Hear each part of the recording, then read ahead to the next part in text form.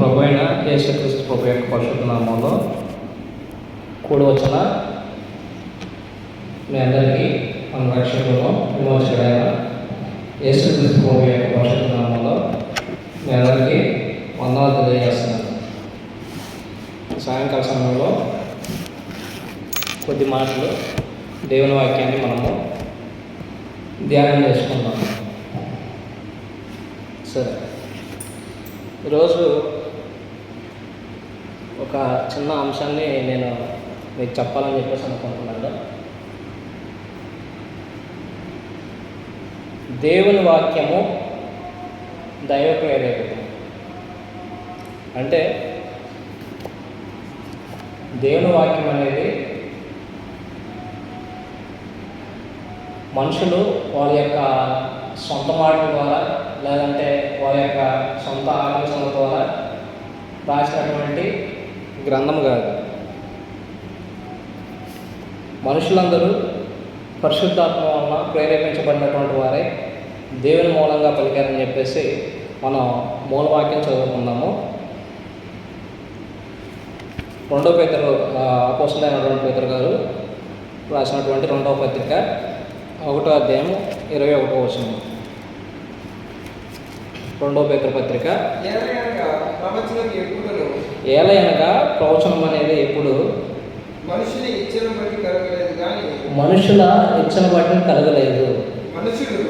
మనుషులు పరిశుద్ధాత్మ వలన ప్రేరేపించబడిన వారే దేవుని మూలంగా పలికిరి. అంటే యాక్చువల్గా అక్కడ పలికిరి అనే మాట కంటే కూడా పరిశుద్ధాత్ముడు ఊదిన అని ఆ మీనింగ్ వచ్చే విధంగా మనకి ఉంటుంది అన్నమాట బైబిల్లో. అంటే దేవుని వాక్యం అనేది నిజంగా దేవుడు మన కోసం మనుషుల ద్వారా రాయిస్తే మనం నిజంగా దేవుని వాక్యం అనేది మనుషుల ఊహల నుంచి పుట్టింది కాదని దేవుడు నిజంగా నీ కొరకు నా కొరకు ఆయన యొక్క చిత్తాన్ని తెలియజేయడం కోసం దేవుడు ఆయన యొక్క చిత్తం నీకు తెలియజేయడం కోసం ఈ గ్రంథాన్ని రచించాడని చెప్పేసి నువ్వు నిజంగా నమ్మితే ఏం చేస్తావు?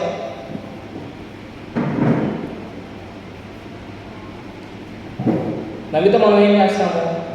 దేవుడు నా కోసం ఆయన గ్రంథంలో ఏం రచించాడు, ఆయన ఉద్దేశం ఏంటి, దేవుడు అసలు నన్ను ఎందుకు సూచించాడు, నేను అసలు ఏం కావాలని నా నుంచి అసలు దేవుడు ఏం కోరుకుంటున్నాడని చెప్పేసి నా ఎట్లా దేవుడి యొక్క ఉద్దేశం ఏంటి అని చెప్పేసి తెలుసుకోవాలంటే నువ్వేం చేయాలి? ఆయన మనకు అనుగ్రహించినటువంటి గ్రంథాన్ని ధ్యానించాలి, చదవాలి, దాంట్లో ఉన్నటువంటి జీవనియమాన్ని మన హృదయాల మీద రాసుకొని వాటి ప్రకారం మనం జీవించాల్సినటువంటి అవసరము ఎంతైనా ఉన్నది. మరి మనం ఎంతమంది ప్రతిదినము దేవుని వాక్యం చదువుతున్నాము? చేతులెత్తండి ఒకసారి. నేను ఆయన చిత్తం ఏంటిదో తెలుసుకోవాలని చెప్పేసి నేను ప్రతిదినం దేవుని వాక్యాన్ని చదువుతానయ్యా. నాకు సమయం ఉన్నా లేకపోయినా, నేను ఏ డ్యూటీలో ఉన్నా, ఎక్కడ పని చేసుకుంటున్నా, చదువుకుంటున్నా, నేను ఉద్యోగం చేసుకుంటున్నా, దేవుని వాక్యం చదువుకోవడానికి మాత్రం నేను కొంత సమయాన్ని కేటాయిస్తానని చెప్పేసి మీరు ఎంతమంది ఆయన వాక్యాన్ని చదవడానికి ప్రయారిటీ ఇస్తున్నారు? మీలో ఎంతమందికి అలవాటు ఉంది? చదువుతారు? మీరు చదువుతారు? నేను మొన్న ప్రయాణిస్తున్నప్పుడు డ్యూటీకి వెళ్తున్నాను, మార్చల్ డ్యూటీకి వెళ్తున్నప్పుడు ఒక ఆమె ఎవరో ఎంప్లాయ్ అనుకుంటాను, టీచరో ఎవరో తెలియదు, ఆమెకి బైబిల్ గ్రంథం చదవడానికి టైం లేక బస్సులో కూర్చొని బైబిల్ తెచ్చుకొని చదువుకుంటా కూర్చుంది. అంటే కొంతమందికి దేవుని వాక్యం చదవాలన్న ఆసక్తి ఉంటున్నా కానీ సమయం లేనటువంటి వాళ్ళు ఎంతోమంది ఉంటున్నారు. కాబట్టి మనం ఏం చేయాలంటే దేవుని వాక్యం చదవడానికి దేవుని చిత్తం ఏంటిదో మన ఎడలు తెలుసుకోవాలంటే మనం ఆయన గ్రంథాన్ని చదవడానికి మనము ఎంతో కొంత సమయాన్ని కేటాయించాలి. దేవుని వాక్యం చదవడం కోసం మనం ఎంతో కొంత సమయాన్ని కేటాయించినప్పుడు మాత్రమే మనం ఏం చేస్తాము, దేవుని ఆశీర్వాదాలు మనం పొందుకుంటాము. ఎలాగంటే ఆయన గ్రంథాన్ని చదివి ఆయన చిత్తం ఏంటిదో తెలుసుకోవడం వల్ల ఆయన అనుగ్రహించినటువంటి ఆశీర్వాదాలు మేలు అనేవి మనం పొందుకుంటాం. కాబట్టి దేవుని గ్రంథము మన యొద్దకు అసలు ఎలా వచ్చింది, దాన్ని చదవడం వల్ల లేదంటే దాన్ని ధ్యానించడం వల్ల కలిగేటువంటి ప్రయోజనాలు ఏంటి అనేవి మనం ఈరోజు తెలుసుకుందాం. ఓకేనా? మొదటిగా దేవుడి వాక్యం ఎలా వచ్చింది మన దగ్గరికి అసలు? మన దగ్గర ఉన్నటువంటి బైబిల్ గ్రంథము ఎలా మన దగ్గరకు వచ్చింది, మన చేతుల్లోకి వచ్చింది? ఎంతమంది కష్టపడితే మనం చదువుతున్నటువంటి బైబిల్ అనేది మన చేతుల్లో ఉంది? మీకు ఎవరికైనా తెలుసా?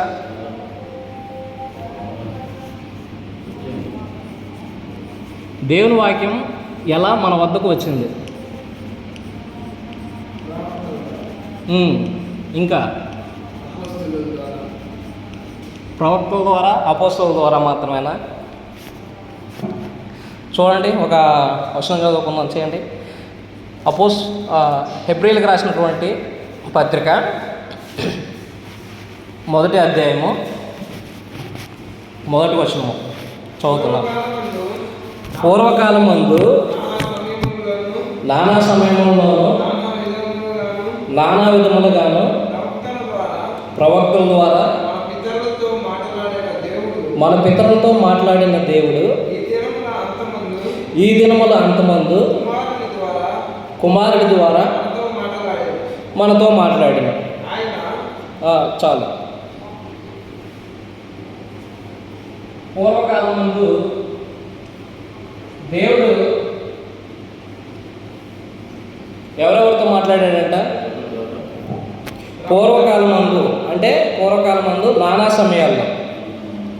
సమయాల్లో మాట్లాడాడంట. అంటే ఒక్కో సమయాల్లో మాట్లాడాడు. నానా అంటే వేరు సమయాల్లో మాట్లాడాడని చెప్పేసి దేవుడు తెలియజేస్తున్నాడు, ఆయన గ్రంథం ద్వారా తెలియజేస్తున్నాడు. ఇంకా నానా విధాలుగా మాట్లాడాడని చెప్పేసి అంటున్నాడు. నానా విధాలుగా మాట్లాడటం అంటే పూర్వకాలంలో ఆయన కళల ద్వారా మాట్లాడాడు. యోసేపుకి ఏం చేశాడు? కళల ద్వారా ఆయన యొక్క భావాన్ని తెలియజేశాడు. కొంతమంది ప్రవక్తలను ఏర్పరచుకొని ప్రవచనాల ద్వారా మాట్లాడాడు. ఇంకొంతమందికి దర్శనాల ద్వారా మాట్లాడాడు. ఉదాహరణకి అపోస్తలుల కార్యక్రమంలో పేతురు దర్శనం పొందుతాడు. అవునా? 4 అంచుల దుప్పట ఒకటి దిగి జంతువులన్నింటినీ చంపుకొని తినమని చెప్పేసినట్లు దర్శనం ఒకటి పొందుతాడు. అంటే దేవుడు నానా విధాలుగా మాట్లాడతాడంటే కళల ద్వారా మాట్లాడాడు,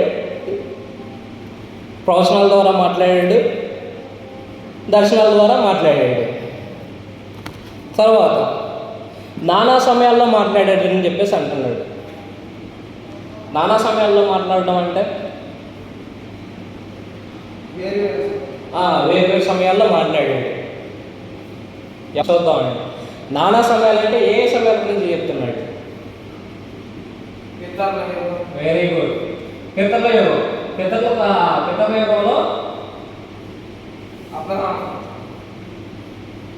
యుగంలో పితరులతో మాట్లాడాడు. తర్వాత ధర్మశాస్త్రాన్ని ఇచ్చిన తర్వాత మోషే ద్వారా ఇశ్రాయేలీయులతో మాట్లాడాడు. ప్రవక్తల ద్వారా మాట్లాడాడు. ఇశ్రాయేలీయులతో ధర్మశాస్త్రం ద్వారా మాట్లాడాడు. తర్వాత ఏ దినమున అంతమందు కుమారుడి ద్వారా అంటే యేసుక్రీస్తు ప్రభు ద్వారా మనతో మాట్లాడుతున్నాడు అని చెప్పేసి దేవుని వాక్యం మనకు తెలియజేస్తుంది. పితరుల కాలంలో ఎవరితో మాట్లాడాడు? ఉదాహరణకి ఆదికాండము 6వ అధ్యాయం 13. భూమి వాగ్దానంతో నిండి ఉన్నది కనుక నా సన్నిధిని వారి రక్తం వచ్చి ఉన్నది. ఇదిగో వారి భూమితో కూడా నాశనం చేయదు. నోవాతో దేవుడు మాట్లాడగా ప్రపంచం అంతా పాపంతో మునిగిపోయింది, చెడిపోయి ఉంది. నీవు నీ కుటుంబాన్ని రక్షించుకోవడానికి ఒక ఓడను కట్టమని చెప్పేసి దేవుడు నోవాతో మాట్లాడాడు. నోవా కంటే ముందు ఆదాంతో మాట్లాడాడు, నోవాతో మాట్లాడాడు. అవునా? తర్వాత ఆదికాండము 12వ అధ్యాయము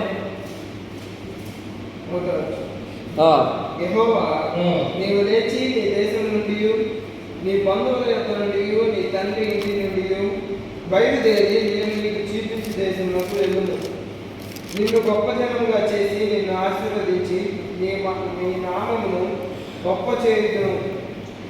నీవు ఆశీర్వాదముగా నుండుము, నీవు ఆశీర్వదించు వారిని ఆశీర్వదించదును, నేను దూషించు వారిని శపించదును. భూమి యొక్క సమస్త వంశంలో నీ అందరూ ఆశీర్వదించబడని చెప్పేసి అబ్రహాముతో అనగా, అంటే ఎవరితో మాట్లాడాడన్న?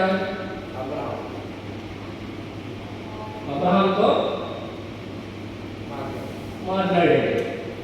పితృదేవంలో ఇలా ఆదాముతో కానీ, నోవాతో కానీ, అబ్రహాంతో కానీ పితరులన్నీ చెప్పబడినటువంటి అబ్రహాము, ఇస్సాకు, యాకోబు, యోసేపు వీళ్ళందరి చేత మాట్లాడాడు. 2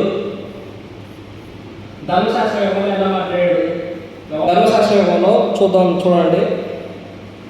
సంఖ్యాకాండము 12వ అధ్యాయము 8వ వచనం. సంఖ్యాకాండము 12వ అధ్యాయము. నేను గూఢభావములతో కాదు, దర్శనమిచ్చి ముఖాముఖిగా అతనితో మాట్లాడుతున్నాను. ఎవరితో మాట్లాడతాడంట? మోషే. ఎలా మాట్లాడతాడంట మోషేతోటి? దర్శనాలతో కాకుండా గొడవ, ప్రవచనాలతో కాకుండా, దర్శనాలతో కాకుండా ముఖాముఖిగానే నేను మాట్లాడతానని చెప్పేసి సంఖ్యాకాండము 8వ అధ్యాయంలో దేవుడు మోషే గురించి సాక్ష్యం ఇస్తున్నాడు అనమాట. దేవుడు మోషే ద్వారా మాట్లాడాడు. మనకి మండుచున్నటువంటి పొదలో ప్రత్యక్షమయ్యాడు. తర్వాత సీనాయి పర్వతం మీద 40 దినాలు ఉండి ధర్మశాస్త్రాన్ని పొందినప్పుడు దేవుడు మోషేతో మాట్లాడాడు. అవునా? ఇప్పుడు ప్రశ్న, మోషేతోటి దేవుడు నిజంగానే ముఖాముఖిగా మాట్లాడాడు? దేవుడిని ముఖాముఖిగా చూసి బ్రతికేటువంటి మనుషుడు ఎవడూ లేదండి. ఎందుకంటే ఆయన అంతా మహిమా స్వరూపుడు, ఆయన అంతా తేజస్సు కలిగినటువంటి వాడు. చూద్దామండి ఆ మాట ఒకసారి. అపోస్తల కార్యాల గ్రంథము 7వ అధ్యాయము 30వ వచనం చదవండి. అపోస్తల కార్యాల గ్రంథము 7వ అధ్యాయము 30వ వచనము. 40 ఏళ్ళైన పిమ్మట సీనాయి పర్వతమందు ఒక పొదలో అగ్నిజ్వాలలో ఒక దూత అతనికి అగపడ్డాడు. ఇక్కడ అపోస్తల కార్యగ్రంథం 7వ అధ్యాయం సభ ప్రసంగించేటప్పుడు మోషే గురించి ఏ విధంగా చెప్తున్నాడంటే, ఆయనకి మనుషుల పొదలో కనిపించినటువంటి వ్యక్తి దేవుడు కాదు. చాలామంది ఏమనుకుంటారంటే దేవుడు కనిపించాడు, దేవుడే మాట్లాడాడు అని చెప్పేసి అంటారు. కానీ దేవుడు ఆయన ప్రతినిధి అయినటువంటి దూత ద్వారా మోషేతో మాట్లాడాడు. అదే విషయాన్ని 38వ వచనంలో కూడా మాట్లాడతాడు. చూడండి, సీనాయి పర్వతం దగ్గర మాట్లాడిన విషయం కూడా తెలియజేస్తాను. సీనాయి పర్వతం మీద తనతో మాట్లాడిన దేవదూతతోనూ మన పితరులతోనూ అరణ్యంలోనూ సంగమందు ఉండిన మనకిచ్చుటకు జీవవాక్యములను తీసుకున్న వాడు ఇతడే అని చెప్పేసి పేతురు గారి గురించి మోషే గారి గురించి మరలా ఆయనతోటి సీనాయి పర్వతం మీద మాట్లాడినటువంటి వ్యక్తి కూడా దేవదూతే అని చెప్పేసి మనకి దేవుని వాక్యం క్లియర్గా తెలియజేస్తుంది. కానీ ఈ రోజుల్లో చాలామంది ఏమని చెప్తామంటారు, మేము దేవుడిని చూసాము, దేవుడు మాతో మాట్లాడాడు, మేము ఆయన పాదాలను పట్టుకున్నాము అని చెప్పేసి ఈరోజు ఎంతోమంది మనతో చెప్పేటువంటి వాళ్ళు మన సమాజంలో చూస్తున్నాం. ఈ వాక్యం ప్రకారము దేవుడు నిజంగా మనుషులతో మాట్లాడతాడా? సంసోన్ గారు తల్లిదండ్రులు మనోహకి దేవదూత ప్రత్యక్షమైనప్పుడు ఒక మాట అంటాడండి. చూడండి ఒకసారి. న్యాయాధిపతుల గ్రంథంలో దూత మనోహర్ ప్రత్యక్షం అయిపోయిన తర్వాత మనోహర్ తన భార్యతో మాట్లాడతా ఇలా అంటాడు, మనం దేవుణ్ణి చూశాం కదా, మనం ఎట్లా బతుకుతాము, మనం దేవుని చూసాడా అంటే వాళ్ళ ఉద్దేశం ఏంటిది? దేవుడిని చూసినటువంటి వ్యక్తులు ఎవరు బ్రతకరు, చచ్చిపోతారనేది ఆయన చెప్పడం ఉద్దేశం. అంటే ఇక్కడ మనోహర్తో మాట్లాడినటువంటి వ్యక్తి కూడా దేవుని దూతే. అంటే దేవుడు పాత నిబంధన కాలంలో ఆయన యొక్క దూత ద్వారా మాట్లాడాడు. మనకి ధర్మశాస్త్రం ఇచ్చేటప్పుడు మోషేకి సినాయి కొండ మీద ధర్మశాస్త్రం ఇచ్చేటప్పుడు కూడా దేవదూత ద్వారా ఆ ధర్మశాస్త్రంలోని జీవవాక్యాలని స్థిరపరచాడని చెప్పేసి మనకి అపోస్తల కార్యాల గ్రంథంలో ఇప్పుడు మనం చదువుకున్నాం. అపోస్తల కార్యాల గ్రంథము 7వ అధ్యాయము 30-32 వచనంలో మనకేమర్థమైంది? మోషేతో మాట్లాడినటువంటి వ్యక్తి దేవదూతే అన్న సంగతి మనకు అర్థమైంది. మా ధర్మశాస్త్ర కాలంలో మోషే ప్రవక్తతో మాట్లాడాడు. తర్వాత దేవుడు మోషేతోటి ఆయన మాటల్ని గ్రంథస్థం చేయమని చెప్పేసి చెప్తాడు. నిర్గమాకాండము 34వ అధ్యాయము 27వ వచనం. 34వ అధ్యాయము 27వ వచనం. మరియు యెహోవా మోషేతో ఇట్లను, ఈ వాక్యమును రాసుకును, ఏలయనగా ఈ వాక్యమును బట్టి నేను నీతోనూ ఇశ్రాయేలీయులతోనూ నిబంధన చేసి ఉన్నాను. అంటే దేవుడు ఆయన మాటలన్నింటినీ ఏం చేయమన్నాడు అంటే గ్రంథస్థం చేయమన్నాడు, లిఖించమన్నాడు. ఆ కాలాల్లో అంటే పేపర్లు ఉన్నటువంటి టైం కాబట్టి జంతువుల చర్మాల మీద దేవుని యొక్క మాటలు అనేవి రాయడం అనేది జరిగిందనమాట. ఈ విధంగా దేవుడు పితరుల కాలంలో పితరులతో మాట్లాడాడు, ధర్మశాస్త్ర కాలంలో మోషే వంటి ప్రవక్తలతో మాట్లాడాడు. ఇంకా ఆయన యొక్క మాటల్ని గ్రంథస్థం చేయమన్నటువంటి వారిని ఇంకెవరైనా మనం గమనిస్తామా? యిర్మీయా గ్రంథము 36వ అధ్యాయము 1-2 వచనాలు. యిర్మీయా గ్రంథము 36వ అధ్యాయం 1-2 వచనాలు. యూదా రాజైన యోషియా కుమారుడు యెహోయాకీము 4వ సంవత్సరమున, అంటే యూదా రాజు అయినటువంటి యెహోయాకీము పరిపాలిస్తున్నటువంటి 4వ సంవత్సరంలో యెహోవా వాక్కు యిర్మీయాకు ప్రత్యక్షమై యిర్మీయాతో మాట్లాడుతున్నాడు. ఇలా సెలవిచ్చింది, నీవు పుస్తకపు చుట్ట తీసుకొని నేను నీతో మాట్లాడిన దినం మొదలుకొని, అనగా యోషియా కాలం మొదలుకొని నేటి వరకు ఇశ్రాయేలు వారిని గూర్చినటువంటి యూదా వారిని గూర్చి సమస్త జనమును గూర్చి నేను నీతో పలికిన మాటలన్నింటినీ దానిలో వ్రాయమని చెప్పి చెప్తున్నాడు. ఏమని చెప్తున్నాడు? దేవుడు తాను ఇచ్చినటువంటి నిబంధనని మోషేకి ఏ విధంగా గ్రంథస్థం చేయమని చెప్పేసి చెప్పాడో అదేవిధంగా యిర్మీయాతో ఏమని చెప్తున్నాడు? యిర్మీయా ఆయన బాల్యం అంటే యవన ప్రాయంలో నుంచి ఆయన ప్రవర్తిస్తున్నాడు. అంటే రాజు అయినటువంటి యోషియా కాలంలో నుంచి దేవుడు మాట్లాడుతున్నాడు. అప్పటి నుంచి ఆయన మాట్లాడినటువంటి మాటలన్నింటినీ గ్రంథస్థం చేయమని చెప్పేసి యిర్మీయా కూడా సెలవిచ్చి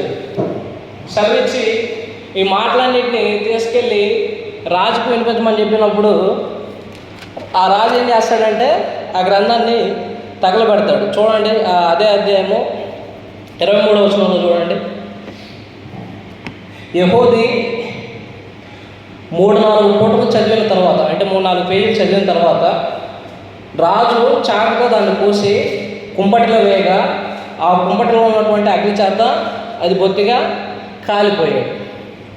పాపం ఇర్మియా గారు ఎంతో శ్రమపడి దేవుని మాటలన్నింటినీ ఒక గ్రంథంగా తయారు చేసి తీసుకెళ్ళి రాజు దగ్గర తీసుకెళ్ళి చదివించగానే ఆయన 3 పేజీలు చదివిన తర్వాత ఆ గ్రంథాన్ని కత్తితోటి కోసేసి తీసుకెళ్ళి కుంపట్లో వేసేసాడు, నిప్పుల కుంపట్లో వేసేసాడు. ఆ గ్రంథం అనేది కాలిపోయింది. వీరు ఇంత ప్రయాసపడి కూడా దేవుని యొక్క మాటల్ని మనం ఎంతో తీసుకుని రావడానికి మరలా ఇర్మియా గారు ఏం చేశారంటే ఆయన మాటల్ని ఆ గ్రంథాన్ని తిరిగి మరలా రాస్తాడు. అంటే దేవుని యొక్క మాటలు లేదా దేవుని యొక్క గ్రంథం అనేది మన యొక్కకి ఆషామాషిగా ఏం రాలేదండి. ఎందరో అది మన యొక్క రావడానికి ఎందరో పడినటువంటి ప్రయాసం అనేది మనం ఉందని చెప్పేసి మన కొరకు వాళ్ళు ఎంతో ప్రయాసపడ్డారని చెప్పేసి మనం వారి యొక్క ప్రయాసం మనం గుర్తించినట్లయితే మనం ఏం చేస్తాము, దేవుని గ్రంథాన్ని అనుదినము ఖచ్చితంగా ధ్యానిస్తాము కదా. ఏ విధంగా ప్రవక్తలందరూ ప్రవచించారు. క్రీస్తు పూర్వం 400 సమయానికి వచ్చేసరికి ప్రవక్తలందరూ ప్రవచించారు. వారి మాటలన్నింటినీ గ్రంథస్థం చేయబడ్డాయి. ఆ గ్రంథస్థం చేయబడినటువంటి మాటలు ఒక వ్యక్తి పాత నిబంధనలో ఉన్నటువంటి ఒక వ్యక్తి ప్రజలకి చదివి వినిపించాడు. ఎవరు చెప్తారు? ఆయన వ్యక్తి పాత నిబంధన గ్రంథాన్ని మొత్తాన్ని గ్రంథంగా, అంటే ఇప్పుడు ఇది అంతా ఒక్కొక్క పుస్తకం కదా, ఆదికాండ ఒక పుస్తకం, నిర్మాకాండ ఒక పుస్తకం, ఒక్కో ప్రవక్త ఒక పుస్తకం రాశాడు. కానీ ఈ పుస్తకాలన్నింటినీ ఒక వ్యక్తి గ్రంథంగా చేర్చి ప్రజలందరికీ దాన్ని చదివి వినిపించాడు. ఎవరు చెప్తారు? ఆయన నెహెమ్యా కాలంలో ఎజ్రా గారు. చూడండి, నెహెమ్యా గ్రంథము 8వ అధ్యాయము 5వ వచనం. అప్పుడు ఎజ్రా అందరికంటే ఎత్తుగా నిలవబడి జనులందరూ చూస్తుండగా గ్రంథమును విప్పగానే జనులందరూ నిలవబడి. 9వ వచనం చూడండి. జనులందరూ ధర్మశాస్త్ర గ్రంథపు మాటలు విని ఏడవ మొదలు పెట్టగా అధికారి అయినటువంటి నెహెమ్యాయు, యాజకుడును, శాస్త్రి ఎజ్రా జనులకు బోధించుచు, లేవీయులను మీరు దుఃఖపడవద్దు, ఏడవద్దు, ఈ దినము మీ దేవుడైన యెహోవాకు ప్రతిష్ఠిత దినం అని చెప్పేసి ఎజ్రా ధర్మశాస్త్ర గ్రంథాన్ని ప్రజలందరికీ పర్ణశాల పండుగ దినం రోజు చదివి వినిపించాడు. అంటే ఇప్పటికీ ఈ టయానికి పాత నిబంధన అంతా సంపూర్తి చేయబడింది. ఎజ్రా గారు ఆయన యొక్క గ్రంథాన్ని అంతా పాత నిబంధన అంతా ఒక గ్రంథంగా చేర్చి ప్రజలకి చదివి వినిపించాడనమాట. సరే, పితృ యుగంలో దేవుడు ఎలా మాట్లాడాడు, ధర్మశాస్త్ర యుగంలో దేవుడు ఎలా మాట్లాడాడు అనేది మనం తెలుసుకున్నాం. మూడవదిగా హెబ్రీ పత్రికలో ఏమన్నాడు? ఈ దినములో అంతమంది ఎలా మాట్లాడాడంట? కుమారుడు ద్వారా మనతో మాట్లాడాడు. దేవుని యొక్క కుమారుడు ఎవరు? యేసుక్రీస్తు ప్రభువు ద్వారా మనతో మాట్లాడాడు అని చెప్పేసి హెబ్రీ గ్రంథకర్త మనకు తెలియజేస్తున్నాడు అనమాట. నిజంగా ఈ దినంలో అంతమందంటే అది యేసుక్రీస్తు పుట్టిన సువార్త ప్రయోగించేటువంటి దినము, లేదంటే క్రీస్తు ప్రభు చనిపోయిన తర్వాత ఆయన సమాధి కార్యక్రమం చేయబడిన తర్వాత అపోస్తులందరూ సువార్త ప్రకటించేటువంటి దినాల్ని దినములు అంతమంది అని చెప్పేసి తెలియజేశాడు. ఈ యుగం అనేది అంతమంది. నిజంగా మనకి పితృల యుగం, ధర్మశాస్త్ర యుగము, మూడోది ఇప్పుడు జరుగుతుంది అంటే క్రైస్తవ యుగం. ఈ తర్వాత ఇంకేమైనా వివరాలు ఉన్నాయంటే ఏమీ లేవు. అందుకే దీన్ని అంత్యదినములు అని చెప్పేసి అన్నాడు. క్రైస్తవ యుగాన్ని అంత్యదినములు అని చెప్పేసి అన్నాడు. ఎందుకంటే క్రైస్తవ యుగంలో క్రీస్తు ప్రభు రెండో రాకడ జరిగిన తర్వాత ఇంకేం ఉండవు కదా, భూమి ఆకాశము అన్నీ లయమైపోతాయి. కాబట్టి ఈ దినములో అంతమంది అనే పదాలని ఉపయోగించడం అన్నమాట. ఈ దినములో అంతమంది దేవుడు ఎలాగ మాట్లాడాడు అంటే కుమారుడు ద్వారా మాట్లాడాడు. ఉదాహరణకి యేసుక్రీస్తు ప్రభువు కొండల ప్రసంగం చేశాడు. మత్తయి సువార్త 5వ అధ్యాయం నుంచి 7వ అధ్యాయం వరకు ఉంటుంది. ఆ ప్రసంగం అనేది 5 నుంచి 7 అధ్యాయం ఉంటుంది. అవునా? కొండ మీద ప్రసంగం చాలా అద్భుతమైనటువంటి ప్రసంగం. అంటే యేసుక్రీస్తు ప్రభు తండ్రి వద్ద నేర్చుకున్నటువంటి మాటలనే బోధించాడు. మరి ఆయన ఈ ప్రవక్తల్ని వ్యతిరేకించాడా? దేవుడు ప్రవక్తతో మాట్లాడలేదు, నాతోనే మాట్లాడుతున్నాడని చెప్పేసి వారిని వ్యతిరేకించాడా? వారిని వ్యతిరేకించినట్లయితే మోషే రాసినటువంటి విడాకుల గురించి మోషే చెప్పినటువంటి ప్రవచనాన్ని ఎత్తి చూపించేటువంటి వాడు ప్రభువు అలా చూపించేటువంటి వ్యక్తి కాదు. మత్తయి సువార్త 5వ అధ్యాయము 31-32 వచనాల్లో మోషే యొక్క ప్రవచనాన్ని మనకి యేసుక్రీస్తు ప్రభు ఎత్తి చూపిస్తాడు. వివాహానికి సంబంధించినటువంటి విడాకులకు సంబంధించినటువంటి విషయాలని మనకి తెలియజేస్తా మోషే యొక్క ప్రవచనాన్ని యేసుక్రీస్తు ప్రభు తన భార్యను విడనాడు ఆమెకు పరిత్యాగ పత్రిక ఇవ్వడని చెప్పబడి ఉన్నది కదా. అవును. నేను మీతో చెప్పినది ఏమనగా వ్యభిచార కారణం బట్టి కాక తన భార్యను విన్నాడేటువంటి ప్రతి ఒక్క వ్యక్తి ఆమెను వ్యభిచారంగా చేస్తున్నాడని చెప్పేసి మాటలు తెలియజేస్తా. మరి దేవుడు మోషే ఎందుకు మాకు ఈ విడాకుల చట్టాలని ఇచ్చాడని చెప్పేసి చెప్పినప్పుడు మీ యొక్క హృదయ కాఠిన్యం వల్లే మోషే అలా చేశాడని చెప్పేసి చెప్పాడు. కానీ యేసుక్రీస్తు ప్రభు నిజంగా దేవుడు మోషేతో ఏం మాట్లాడలేదని చెప్పేసి ఆయన వ్యతిరేకించలేదు.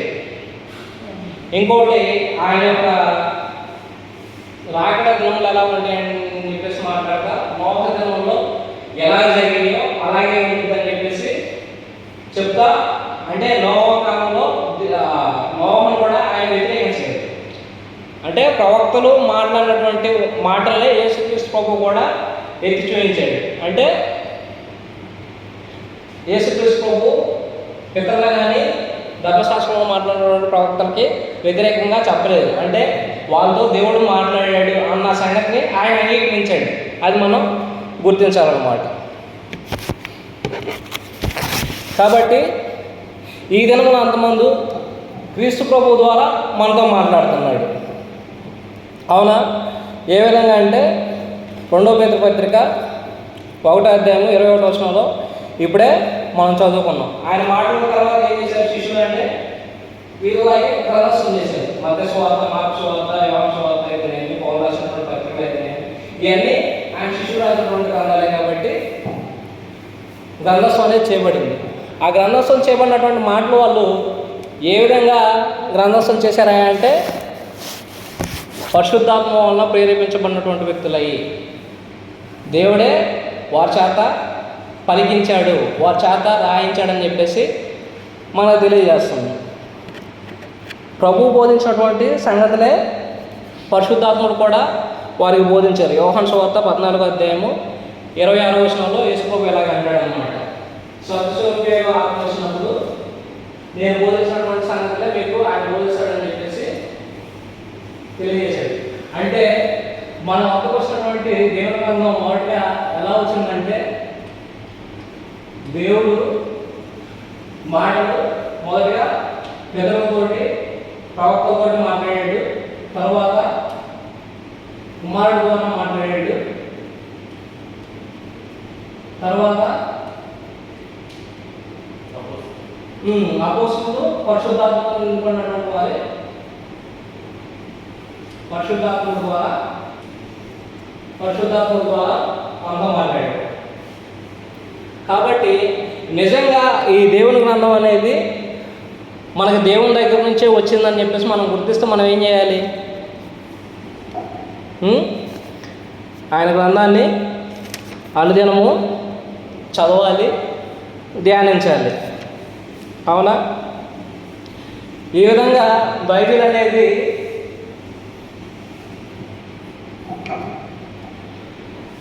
మొదటిగా హెబ్రీ భాషలో రాయబడింది, పాత నిబంధన అనేది. అవునా?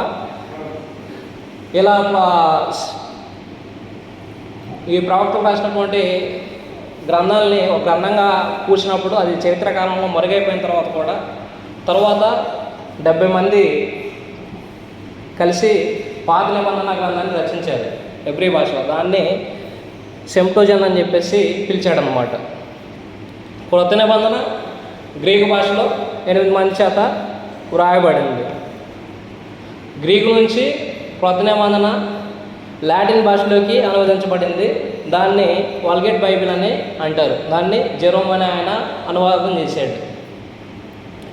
తర్వాత లాటిన్ నుంచి ఇంగ్లీష్లోకి క్రీస్తు శకం 1882 సంవత్సరంలో జాన్ విక్లిఫ్ అనే ఆయన అనువాదం చేశాడు.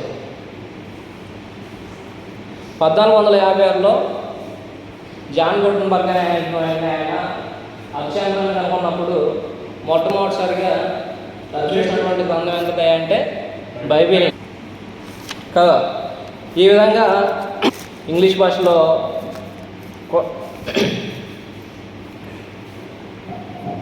విలియం టెండెల్ అయితేనేమి,